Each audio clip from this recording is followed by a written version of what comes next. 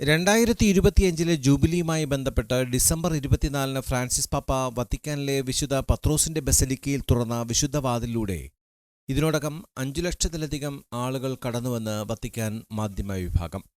ജനുവരി 6 തിങ്കളാഴ്ച വരെയുള്ള കണക്കുകൾ പ്രകാരം 5,40,50,000-ത്തിലധികം പേർ വത്തിക്കാനിലെ വിശുദ്ധ വാതിൽ കടന്നുകഴിഞ്ഞു.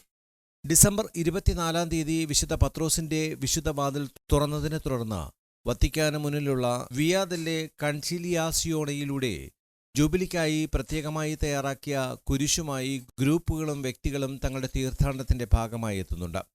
ശ്രദ്ധേയമായ ഒരു തുടക്കമാണ് ജൂബിലിക്ക് ലഭിച്ചിരിക്കുന്നതെന്ന് സുവിശേഷവൽക്കരണത്തിനായുള്ള ഡിക്കാസ്ട്രിയുടെ പ്രീഫെക്ട് ആർച്ച് ബിഷപ്പ് റിനോ ഫെസിക്കെല്ലെ പ്രസ്താവിച്ചു.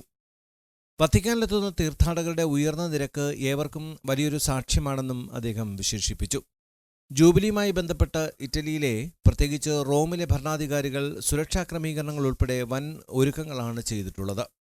തീർത്ഥാടകർക്ക് സ്വാഗതാർഹമായ സാഹചര്യവും സൗകര്യങ്ങളുമൊരുക്കാൻ സുവിശേഷവൽക്കരണത്തിനായുള്ള വത്തിക്കാൻ ഡിക്കാസ്ട്രി നിതാന്ത പരിശ്രമമാണ് നടത്തുന്നത്.